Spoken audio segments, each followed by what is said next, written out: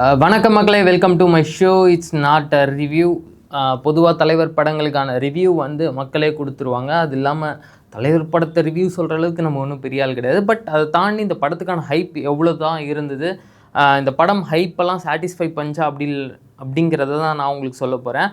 First Lokesh கனகராஜோட cinematography எடுத்து பார்த்தா ஒரு மாதிரி டார்க் படமாக இருக்கும். எல்லாமே இருட்டிலேயே நடக்கும். பட் எல்லாமே மக்களுக்கு பிடிச்ச படமாகவும் அமைஞ்சிருக்கு. அப்படிப்பட்ட ஒரு படமாக கூலி வந்திருக்கான்னு கேட்டால் கண்டிப்பாக ஒரு சின்ன தயக்கம் இருக்குது. ஏன்னா கூலி படத்தை பொறுத்த வரைக்கும் நிறைய லேயர்ஸ் இருக்குது, நிறைய கேரக்டரைசேஷன் இருக்குது. அப்படி அந்த கேரக்டரைசேஷன் அந்த யூனிவர்ஸும் புரிஞ்சுக்கணுன்னா கொஞ்சம் டைம் எடுக்குன்றதுனால எல்லா கேரக்டரையுமே தனித்தனியாக இன்ட்ரோ பண்ணுறாங்க.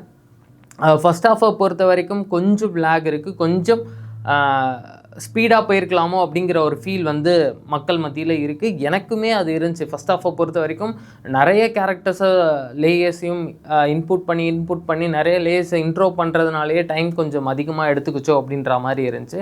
பட் செகண்ட் ஹாஃப் கொஞ்சம் கூட குறையாத அளவுக்கு அந்த யூனிவர்ஸ் எந்த அளவுக்கு நம்ம புரிஞ்சுக்கணுமோ அந்தளவுக்கு யூனிவர்ஸ்னு சொல்கிறதுனால உடனே லோகேஷ் சினிமாட்டிக் யூனிவர்ஸ் எல்சியூ சொல்கிறாண்டா அப்படின்னு நினச்சிக்காதீங்க. கண்டிப்பாக இந்த படம் எல்சியூவே கிடையாது. இது வந்து ஒரு தனியான ஒரு ட்ராமா, தனியான ஒரு சென்டிமெண்ட் ட்ராமா அப்படின்னு கூட சொல்லலாம். பட் அதில் லோகேஷோட அந்த டச், லோகேஷோட அந்த ட்ரக்ஸ் டச், அந்த ஒரு மாஃபியா டச் இருக்கும் இல்லையா, அது வந்து சூப்பராக கொடுத்துருக்காரு. பொதுவாக இதுக்கு வந்து தலைவரோட டைட்டில் கார்ட்லேருந்து இந்த படத்தோட ஆரம்பித்தோம்னா டைட்டில் கார்டே ஒரு கூஸ் பம்ப்ஸை கொடுக்குது. சாருக்கு வந்து ரீசன்ட் டைம்ஸில் வந்து இல்லுஸ்ட்ரேஷன் ஆர்ட்லாம் வச்சு ஒரு மாதிரி பயங்கரமான ஒரு இன்ட்ரோ கொடுத்துட்ருக்காங்க. எல்லாருக்குமே கொடுத்துட்ருக்காங்க. ரெட்ரோவில் நம்ம பார்த்துருப்போம். லியோலேருந்து ஆரம்பித்து இப்போ வரைக்கும் அது வந்து கண்டினியூ ஆகிட்டே இருக்குது. சூப்பராகவே இருக்குது. அந்த இன்ட்ரோக்கு அவங்க போட்டிருக்க அந்த எஸ்எஃப்எக்ஸாக இருக்கட்டும், அதுக்கு அவங்க போட்டிருக்க அந்த மெனக்கடலாக இருக்கட்டும், பயங்கரமான ஒரு சூப்பரான ஒரு இம்பேக்டை க்ரியேட் பண்ணிச்சுன்னே சொல்லணும்.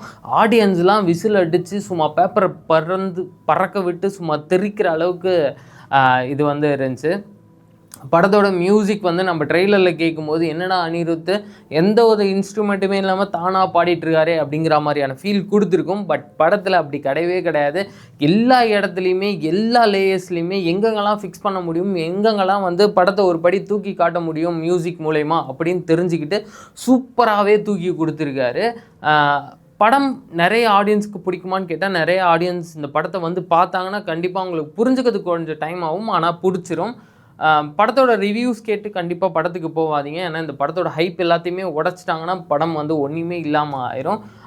பொதுவாக 75 இயர்ஸில் ஒரு படத்தில் நடித்து அந்த ஹீரோ வந்து ஒரு பயங்கரமான இன்றைக்கி ஒரு 1000 கோடி அடிக்கும் இந்த படம் அப்படின்ட்டு ஒரு டேபிள் ப்ராஃபிட் பிஸ்னஸாக இந்த படம் இருக்குது அப்படின்னா கண்டிப்பாக 1000 crores அடிக்கக்கூடிய வாய்ப்பு இருக்குது. ஏன்னா டிக்கெட் புக்கிங்ஸ்லாம் பார்க்கும்போது பயங்கர வேகமாக போயிட்டுருக்கு. கண்டிப்பாக ஜெயிலரோட ஒரு வசூலை வந்து இது பீட் பண்ணிடும். பட் அதை தாண்டி தமிழ் சினிமாக்குனே இருக்கிற ஒரு சூப்பர் ஸ்டார், அந்த சூப்பர் ஸ்டாரை வச்சு எவ்வளோ கலெக்ட் பண்ண முடியும் அந்த படம் அப்படிங்கிறதெல்லாம் தாண்டி இந்த படம் உண்மையாகவே ஒரு பிரம்மாண்டத்தை கொடுத்துருக்கு. இந்த படம் ஒட்டுமொத்த ஆடியன்ஸ்கிட்டையுமே போய் சேர்க்கக்கூடிய ஒரு வாய்ப்பை வந்து ஏற்படுத்தி கொடுத்துருக்கு அப்படின்னு தான் சொல்லணும்.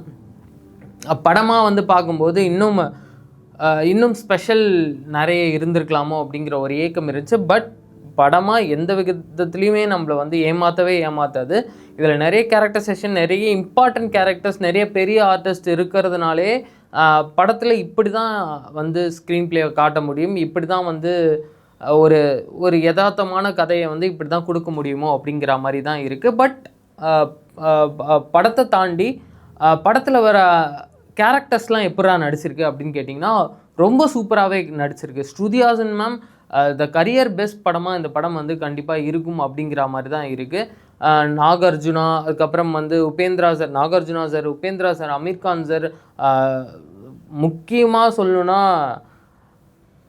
அமீர்கான் சார் வர சீன்லாம் நீங்கள் வந்து தெரிச்சிருவீங்க. ஏன்னா அதெல்லாம் வந்து எந்த இடத்துல எப்படி பிளேஸ் பண்ணும் அப்படிங்கிறதெல்லாம் வந்து சூப்பராகவே பண்ணியிருக்காங்க. ஸோ யங் போர்ஷன் லுக்கில் கொஞ்சம் டிசப்பாயின்மெண்ட் ஆகிறதுக்கான வாய்ப்பு இருக்குது.